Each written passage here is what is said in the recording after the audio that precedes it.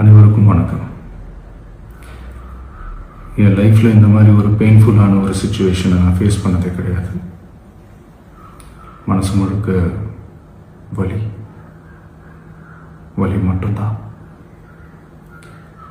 இந்த சுற்றுப்பயணத்தில் என்னென்ன மக்கள் பார்க்க வராங்க, அதுக்கு ஒரே ஒரு காரணம் தான், அவங்க என் மேலே வச்சிருக்கிற அன்பும் பாசம். அந்த அன்புக்கும் பாசத்துக்கும் நான் எப்பவும் கடமைப்பட்டிருக்கிறேன். அதனால தான் இந்த சுற்றுப்பயணத்தில் மற்ற எல்லா விஷயங்களையும் தாண்டி மக்களுடைய சேஃப்டி, அதில் எந்த காம்ப்ரமைஸும் பண்ணிடக்கூடாதுன்றதுக்காக தான் அது என் மனசில் ரொம்ப ஆழமாக இருக்கும் அந்த எண்ணம். அதனால தான் இந்த அரசியல் காரணங்கள் எல்லாத்தையும் தவிர்த்துட்டு ஒதுக்கி வச்சுட்டு மக்களுடைய சேஃப்டி மட்டும் மைண்டில் வச்சுக்கிட்டு அதுக்கான இடங்களை சூஸ் பண்ணுறது, அதுக்கான இடங்களை பார்த்து பர்மிஷன் கேட்குறது, போலீஸ் டிபார்ட்மெண்ட்டில் அதை ரிக்வெஸ்ட் பண்ணி கேட்போம். ஆனால் நடக்கக்கூடாதது நடந்துருச்சு. ஆனால் மனுஷன் தானே, அந்த நேரத்தில் அத்தனை பேர் பாதிக்கப்பட்டு இருக்கும்போது எப்படி அந்த ஊரை விட்டுட்டு என்னால் கிளம்பி வர முடியும்? நான் திரும்ப போகணும்னு இருந்துச்சுன்னா அதை ஒரு காரணம் காட்டி அங்கே வேறு சில பதட்டமான சுச்சுவேஷன்ஸ், வேறு சில அசம்பாவிதங்கள், அந்த மாதிரி எதுவும் நடந்துடக்கூடாதுன்றதுக்காக தான் நான் அவாய்ட் பண்ணேன்.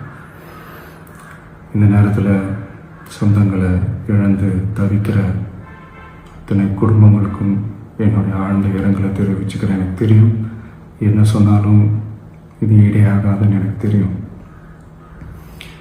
ஹாஸ்பிட்டலில் ட்ரீட் பண்ணிகிட்ருக்கிற எல்லாருமே சீக்கிரமாக க்யூர் ஆகி வரணுன்றதை இந்த நேரத்தில் நான் வேண்டிக்கிறேன்.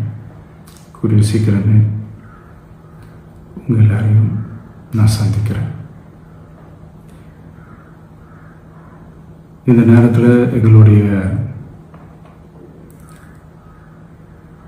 வலிகளை, எங்களுடைய நிலைமையை புரிஞ்சுக்கிட்டு எங்களுக்காக பேசின அரசியல் கட்சிகளை சார்ந்த நண்பர்கள், தலைவர்கள் அனைவருக்கும் என்னுடைய நன்றியை தெரிவிச்சுக்கிறேன்.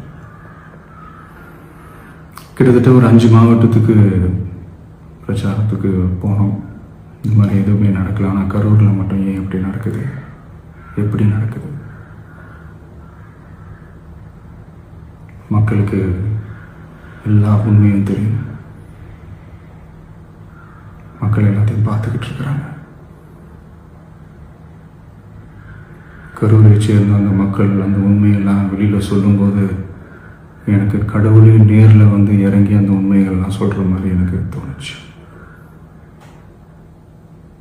சீக்கிரமே எல்லா உண்மைகளும் வெளியில் வரும்.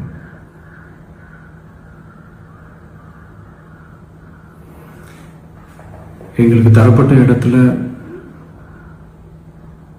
நாங்கள் போய் அந்த ஸ்பாட்டில் நின்று நாங்கள் பேசிட்டோம். அதை தாண்டி எந்த தவறும் எங்கள் சைடில் நாங்கள் எதுவுமே செய்யலை.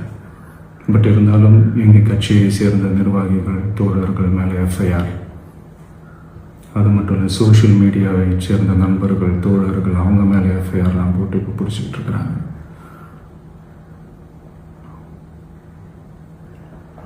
CM sir,